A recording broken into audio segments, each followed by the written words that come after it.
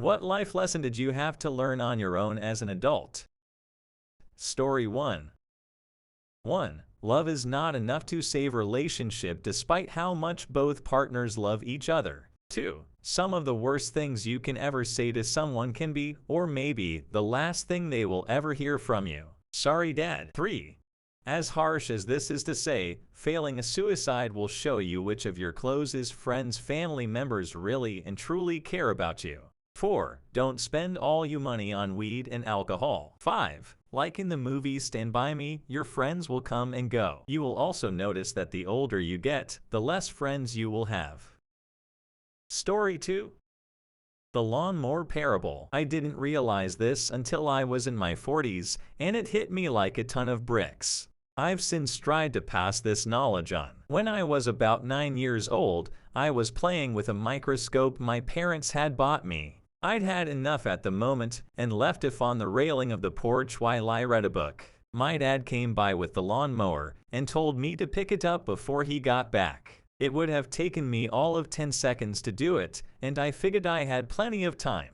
So I went on reading my book. Dad went on and made pass after pass with the mower and told me once more to pick it up, but I didn't. Soon enough I heard a screeching sound and shattered plastic went everywhere. Now get down here and clean it up. Dad taught me more than one lesson that day. It's easier to take a small amount of time to deal with something before it becomes a bigger problem later. Not listening to someone who knows better than you can lead to consequences later. But the final one hit me much later in life, and that was this one. Sometimes no matter how much you try to warn someone, they just won't listen until it's too late, and if you don't let them clean up the mess themselves, they won't learn anything.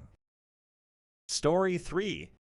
It's the same lesson we all learn eventually, hopefully. When I was young, I was concerned that people were looking at me and what they thought about me. Then when I was a bit older, I decided that I no longer cared if people were looking at me or what they thought about me. When I became much older, I realized that no one was looking at me and no one cared at all. The final realization was powerful and allowed me to finally look how I wanted and be who I am. Now people genuinely are looking at me and judging, but it is positive and affirming. I literally get several compliments a week from people just walking by me on the street. Life is weird, isn't it? Story 4. At the end of the day, between the billions of humans that lives on this world, only you is the one that truly matters and the only one that you should prioritize above everything else. There is a point in life when you reach rock bottom and not a fucking single soul appears to help you, not even with food or money, and only you will be able to help yourself. Remember this when you blindly think on placing someone's life above anything else, including yourself. Remember the first commandment of God. He was not talking about an entity, he was talking about the self. In other words, you. Story 5.